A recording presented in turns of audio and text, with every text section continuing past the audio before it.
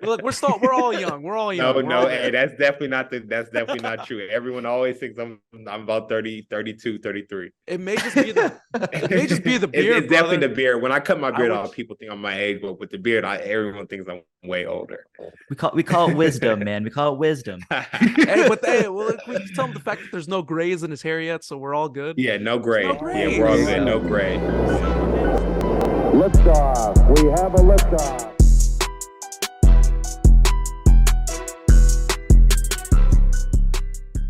What is going on, everyone? You are listening to the Summit State of Mind, the podcast of Dream Shakes and Step Backs and everything Houston Rockets, presented to you by the Apollo Podcast Network.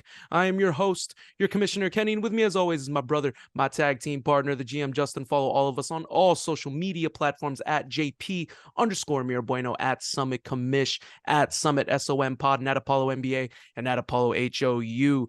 GM, how you doing today? Good, sir. We're here filming on a Wednesday night. How's it going? Oh man, it's going good.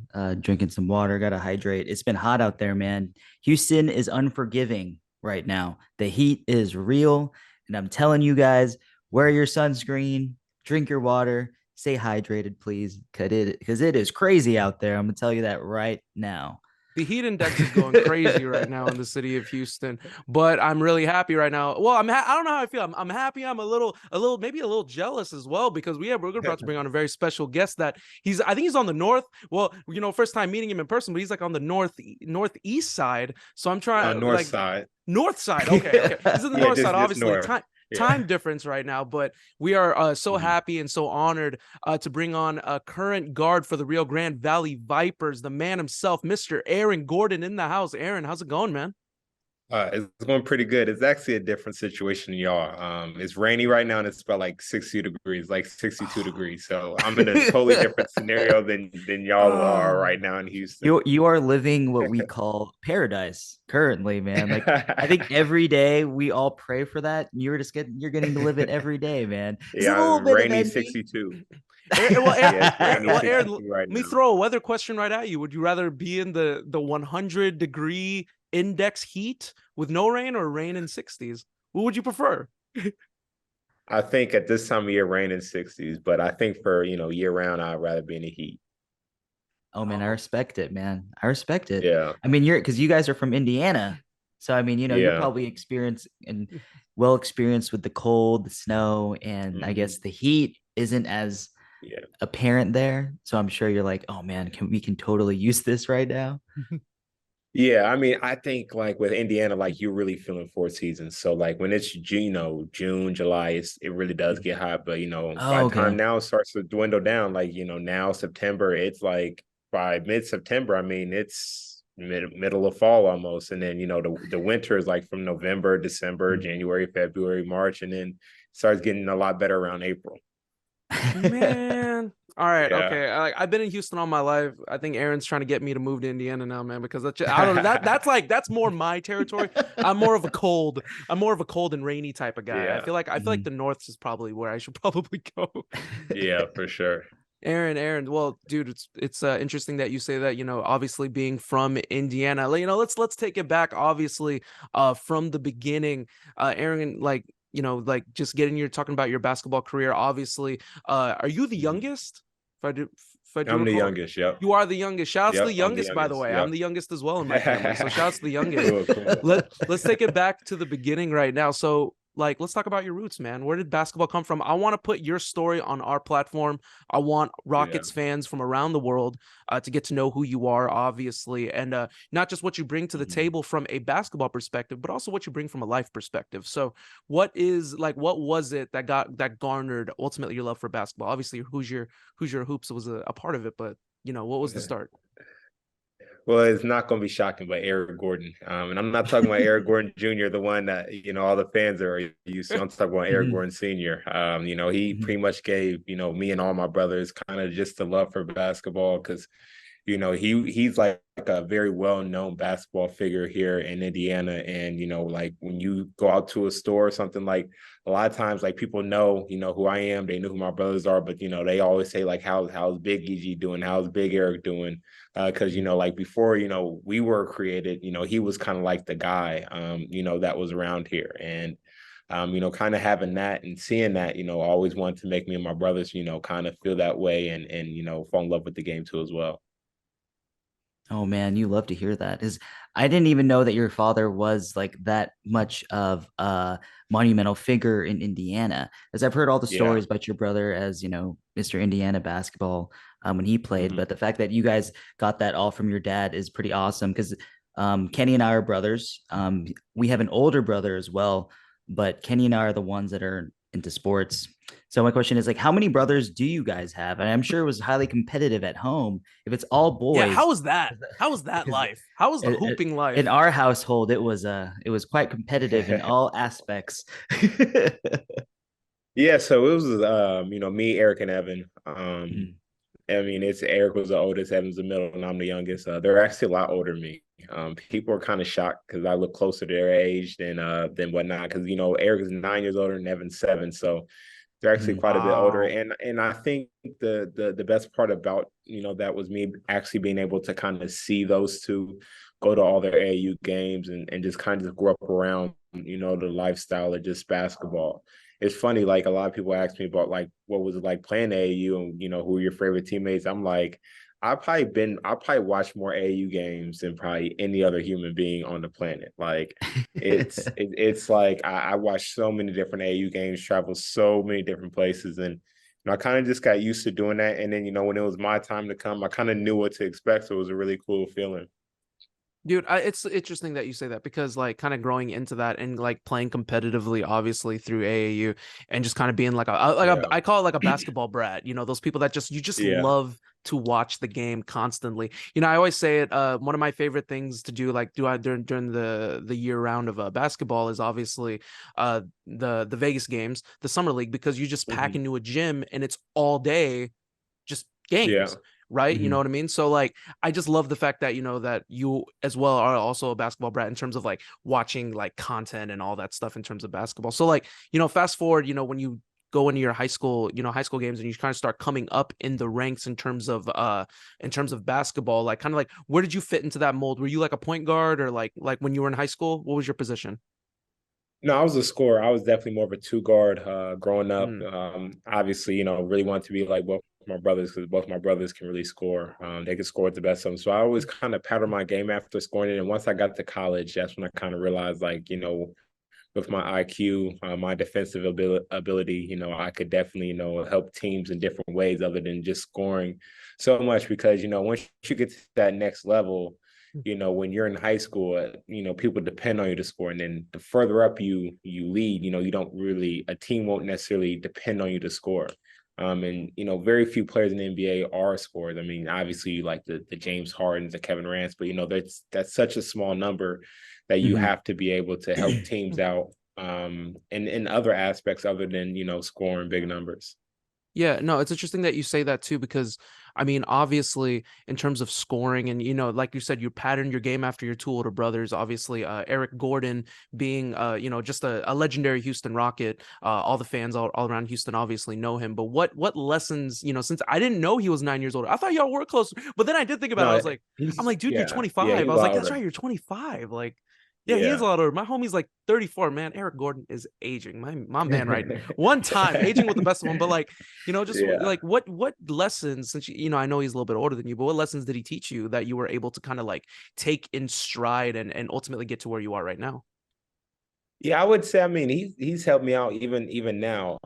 Just understanding different situations, how you can help your team, how you can take care of your body. I think that's one thing, like as I'm now starting to get to that age to where like, I wake up and there's some days I may feel a little sore. Like it's kind of weird. Most of my, most of my life, I was one of those guys who every single day I woke up and felt great. So, I've definitely been asking him about, that stuff and, how do you recover better? How do you, what are some things that you do for this or that? And, he's been extremely helpful. I love to hear that, man. As an older brother of this guy over here, I try my best to make sure to, part wisdom on him, you know what I mean? But with all Yeah. that being Yeah. said, we just passed through summer league and you got to play with the Mhm. Phoenix Suns. How was that experience over in Vegas? Because the year prior you were with the Houston Rockets. With those 2 years in Summer League under your belt, what is a few things that you learned from those 2 times that you were there? And do you have any like favorite memories or anything that occurred that you'd love to talk about? Yeah, so I mean, I think both the situations were both, definitely very, odd situations, definitely very weird. I'll start with the Rockets situation. So I initially had planned on playing overseas. I had planned on playing in France, and this is the end of my senior year, and I was just kind of just like, okay, I'm thinking about getting ready to head over to France in a month or two to finish out a season over there, and my brother, I was just happened to be out there in Houston, and he was working out at the Rockets facility. And then I was just working out with, some of the guys, and, I did pretty well in a couple of workouts, and they're like, hey, would you want to be on the summer league team? And I'm like, well, yeah, I mean, I did plan on going to France, but I'd rather, play in NBA summer league than go overseas right now. So that was, that sort of situation, obviously. It was very tough because, you had literally, 3 lottery picks that were playing, and then you had a lot of, returning players that were going to play in summer league. So, my opportunity was limited there. And then it's a really weird situation with the Suns. So I did not plan on going to summer league at all this year. I planned on going down there for the business meetings, and I didn't, do any sort of training or go to practice with the Suns. I kind of just flew there, and as they traded Isaiah Todd as soon as I landed, and I was kind of just right there. Eric was, there, and obviously Eric had just signed with them like 2 days prior. So, they were just like, hey, would you want to play? We got an open spot. And, I said, sure, why not? I didn't bring any basketball shoes. I didn't have any basketball shoes or anything. So I was like, let's do it. Man, I love how casual that sounds, because it's kind of like, one of our friends, he runs a team for Pro-Am League over at Fondy, and that's kind of how he'll run things. He was like, yo, you want to join in? We got an extra jersey. Come on. And that's how it be, man. I love to hear the little background info on that. It's so very interesting. But I know that last year you were at the RGV, correct? Was it last year? Yeah, with the Vipers all year last year. Yeah, all year. That's awesome, man. Like, and I know that you didn't get to get coached by Mahmoud Abdel Fattah. He was the one that won with them last year. But yeah, but I'm actually really close with him. Oh, really? Honestly, yeah, I'm really close with him. Is he left? I forgot where he signed. He signed with a pro team. Sydney Kings. Okay, good for him. Yeah, and I'm not gonna lie to you. I was very happy for him, but I was also very sad. Yeah, we're big Mahmoud Abdel Fattah fans, supporters, man. But with that being said, is there anything that you learned from your time with him that from him? For me, like, I've heard him in multiple interviews, and I felt like he's just such an inspiration in terms of where he came from and how hard he worked to get to where he was. And for someone that's had to work hard, it'd be to grind and grind in, grind out, because you played all the way from Seton Hall to Valpo in college to get to where you are now. Is there anything that you took from him? Yeah, so what's so funny is he's actually friends with he was friends with my assistant coach at Valpo. So, there was always that sort of connection there. And weirdly enough, I actually worked out with him when he was like his first year with the Rockets. And, he was like, like 22 or some 23. He actually had hair. We joke about that. He actually had hair then. And, he was a lot younger. And the best part about it was like, he, like, when we worked out, he kind of told me the different aspects of the game, certain things like not taking a negative step and all that, all those extra things he's really big on. I would just say for him is just staying consistent, staying with it for 2 to 3 years. Cause I think one thing that he really told me was, to kind of stay in this league, you kind of have to find your niche. He, explained a lot to me in terms of like him being there for summer league. Cause he actually coached me during summer league too. Okay, as well. Right. So yeah, this last year. Yeah. So he coached me there too. Yeah, he wasn't a head coach, but he coached me there too. But he was just kind of just like, stay with it. Are you going to be a guy who's going to, defend other teams' best players? Are you going to be a guy who's going to be able to knock down shots? Like, you just kind of have to find your niche. And I think for him, he's found his niche coaching. So I think, that's the one thing is, to kind of find your niche, find how you can help teams and find how you can make the team better at all aspects. Yeah, and it's because it's funny and interesting that you're saying this, because it makes me think about your journey and kind of like and how it's kind of playing out right now. And the interesting part about it is that it's the NBA. It's, in my opinion, the toughest league to make, the basketball league in the entire world to make it in. Like, your story is obviously different.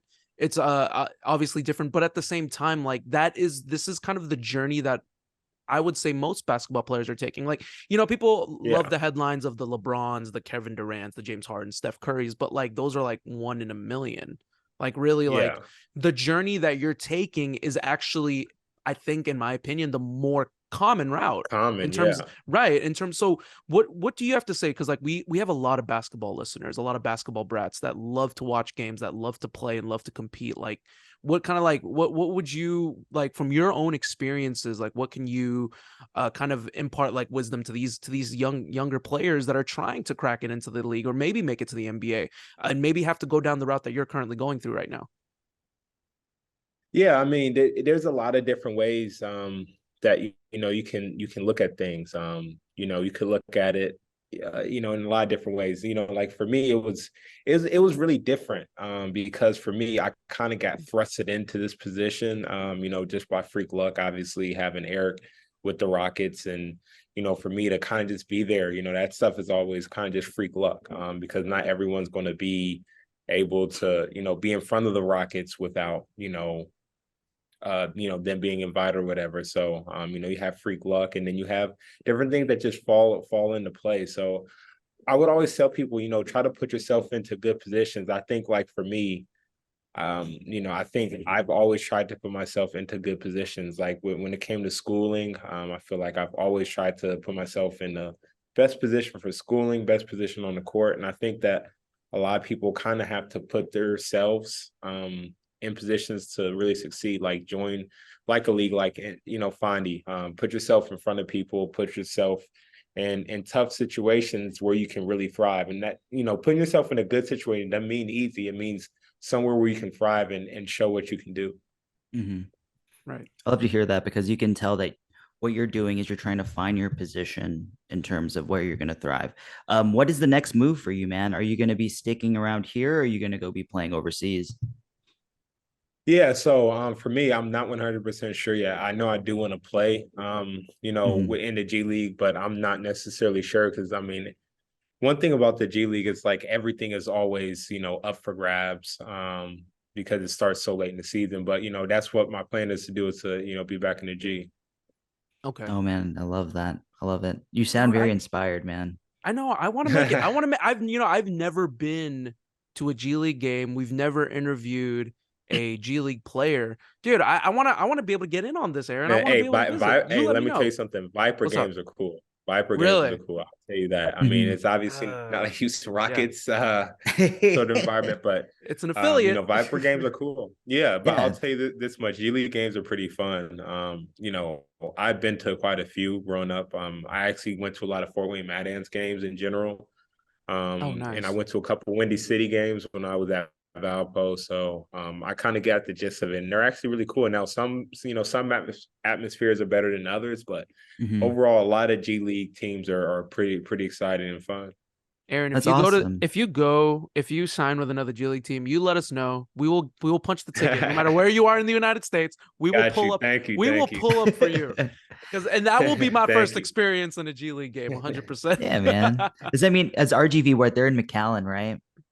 Is that In where it is? McAllen, Texas. Yep. Okay, Yep. yeah.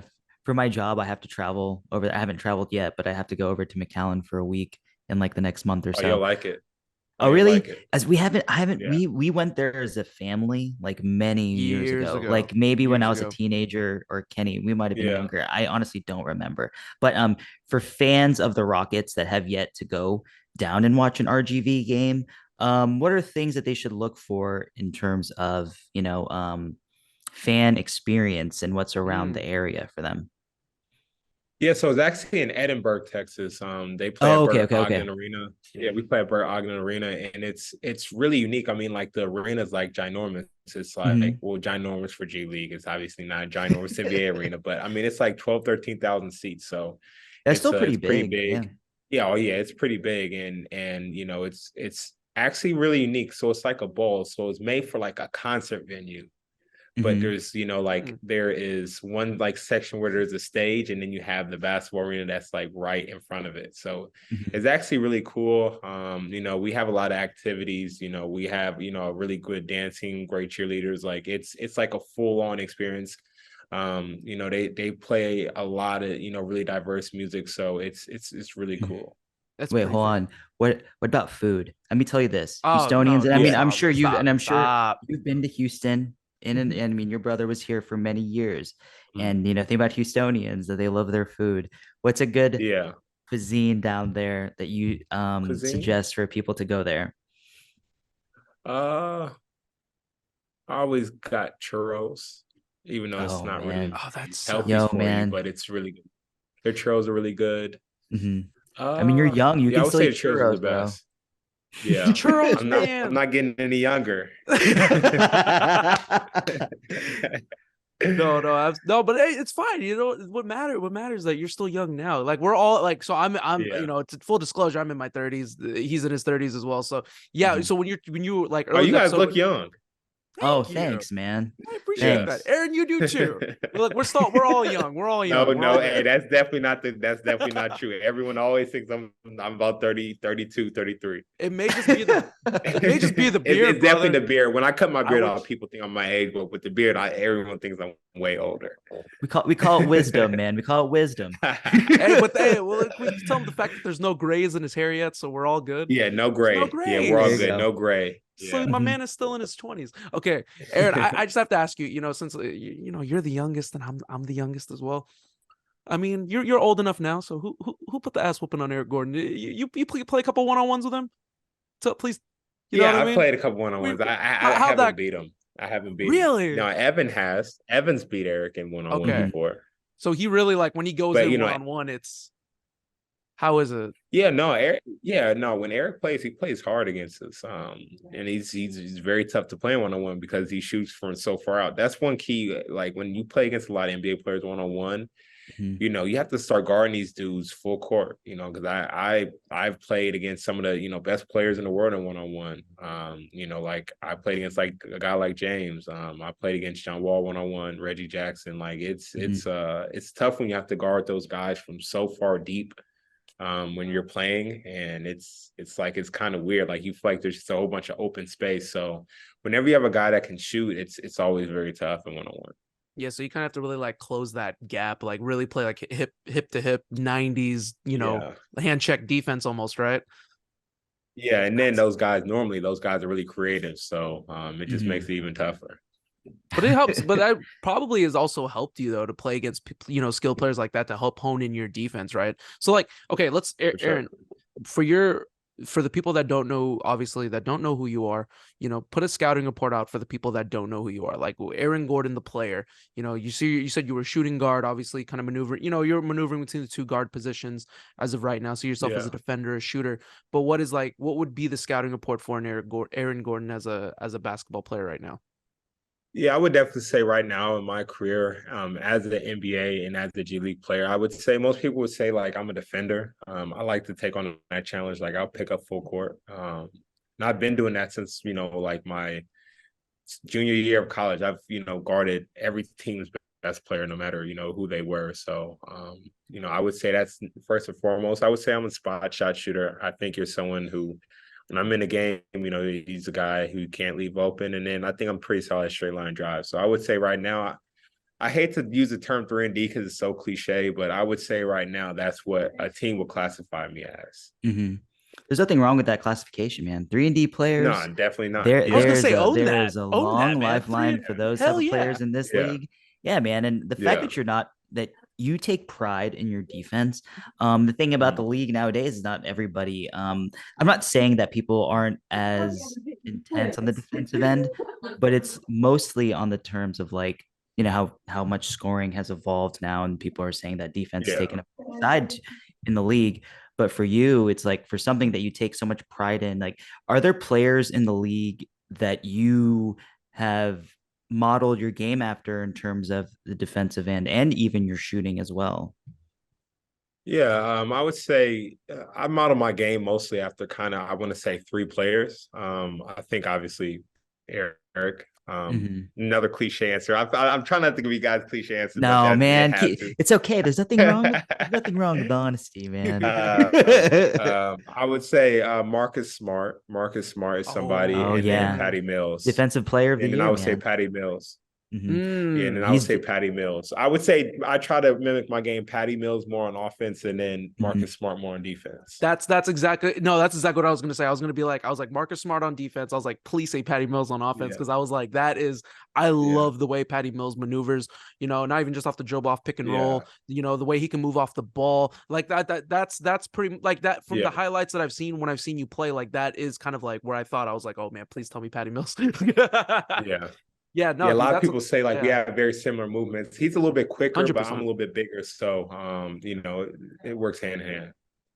Absolutely. And it kind of puts you in a good position to like be successful, obviously, just kind of being a bigger body, and also just having a bigger body to play defense against, obviously not even just the best players, whether it's in the NBA or in the G League, but just kind of like, the way you play. Because to piggyback off what my brother was saying, like the NBA nowadays, yeah, it's definitely shifted. Like defense is like it's a focus, but obviously it wasn't what it was in the 90s. Obviously it wasn't what in the Yeah, early 2000s. Definitely just different now. Not to say that it's gotten yeah, worse. It's just different. It's definitely the NBA style has kind of been more catered to the guard now, which is kind of working now more in yeah, your favor, I would say. yeah, You know for what I mean? sure. No, I definitely agree. I Right, definitely right. agree.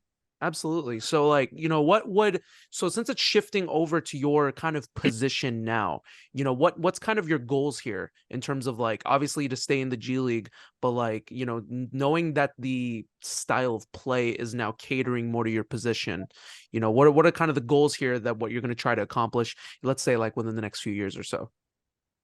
Yeah, I would say for me, just being creative. I think that's a key in my game. I think that's a key in a lot of guards' games because I think with how defense is being played, I think a lot of guards need to kind of stop being kind of so like tunnel visioned on trying to kind of get there. So I think a lot of times if you're a guard and you can make plays consistently, not only for yourself but for others, and then make plays on the defensive end, I think that's one thing where a lot of guards kind of lack because a lot of times you see in a lot of games nowadays a lot of guards aren't really getting in the ball. A lot of guards aren't really thinking, that you can score on, the break and whatnot.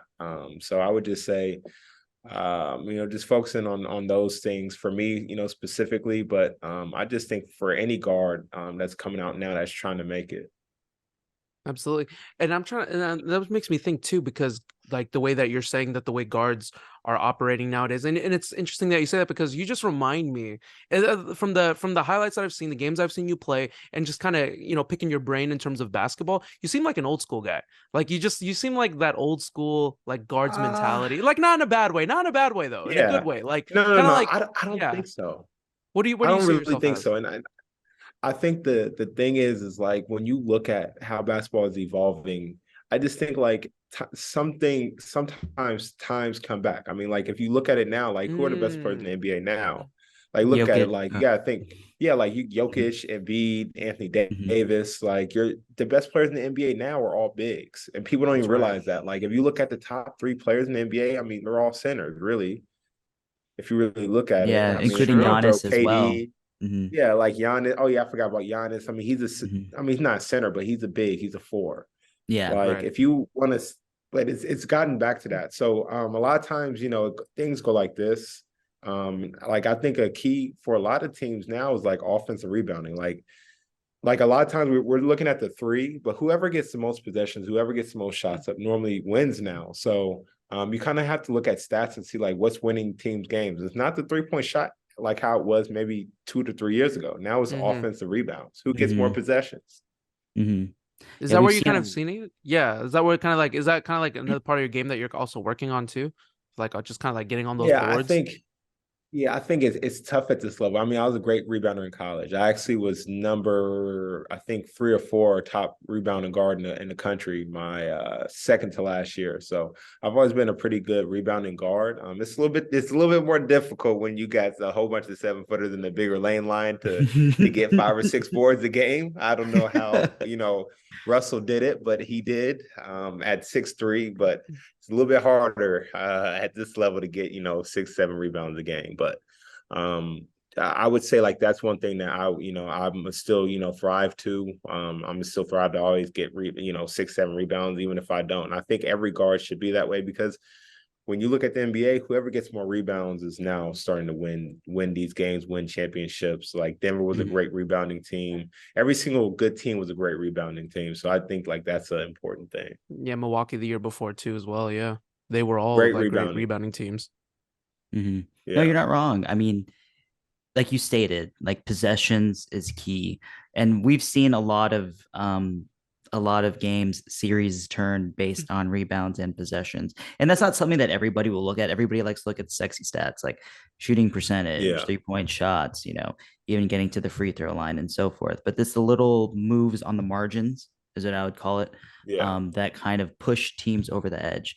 Like Denver this year, like no one can really compete in terms like they swept the Lakers. The Lakers have height, but when you have Jokic hanging out and he's just super crafty, getting into Yeah. position. He's not the most athletic guy, but he's just very crafty, and he's like the evolved version rebounding of a Kevin Love. He's just in this whole other stratosphere.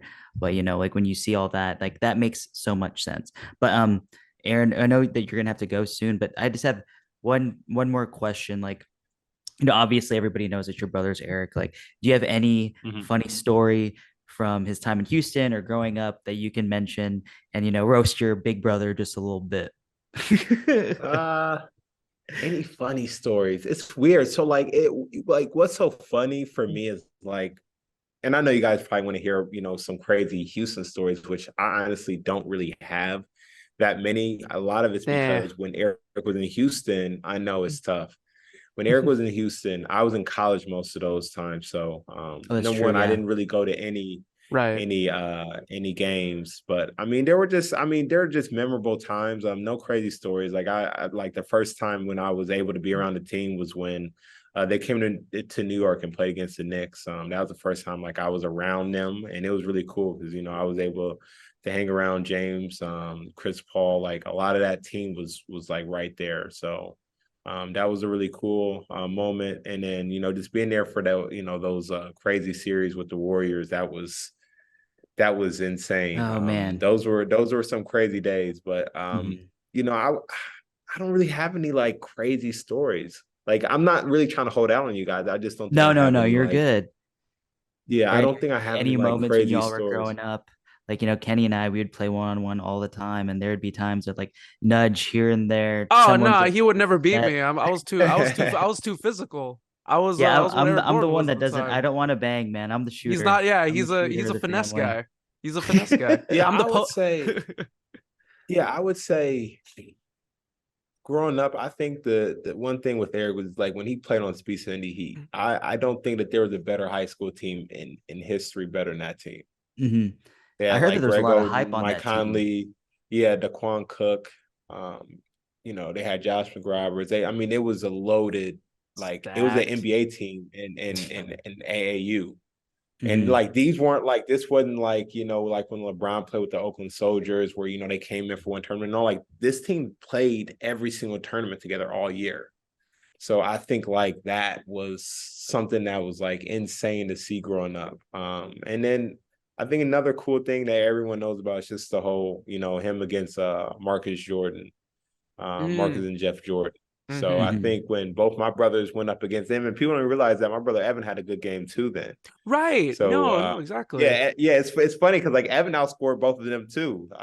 So it was really cool. It was really cool, to kind of see the Gordons versus Jordans and it be on ESPN, and that was a really cool moment. Especially just being like younger too, because what you said, because your next is about 7 years, right? Roughly. Yeah. So when all that was going on, I was like 7 years old. How old were you? Man, 7 or 8. 7 or 8 years old. Yeah, that was 2007. No, I was 9. Yeah, I was 9.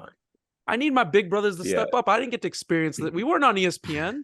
Come on, Justin, get it together. We weren't on No ESPN. pressure, man. No pressure on me, man.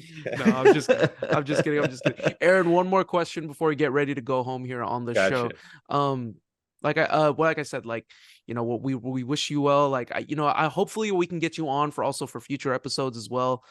Just for sure, I would love to. Absolutely, dude. Just to chronicle, continue to chronicle your journey. I'm sure people are gonna love the basketball insight. I realize like our fan base has really become like not just Rockets fans, but just basketball brats in general. They love to hear the X's and O's and love to hear about, obviously. And I love the Rockets in general. Yeah, like I love the Rockets in general. Like I love the direction that they're going in. Obviously, I'm really close with a lot of the guys, like really close with Jabari. So I think like they have a really bright future ahead. And, it was really cool, being able to play with them, during summer league. Obviously, I wasn't able to play with them this year, but, being able to play with them last year during the summer league and build that bond and play with them, to be able to play with, some of those guys was really, really cool. Well, before we get ready to go home here, what, like, obviously, you said the next move isn't set in stone yet. However, whenever the next move gets decided, you better come on our show next time and let us know. Would that be okay?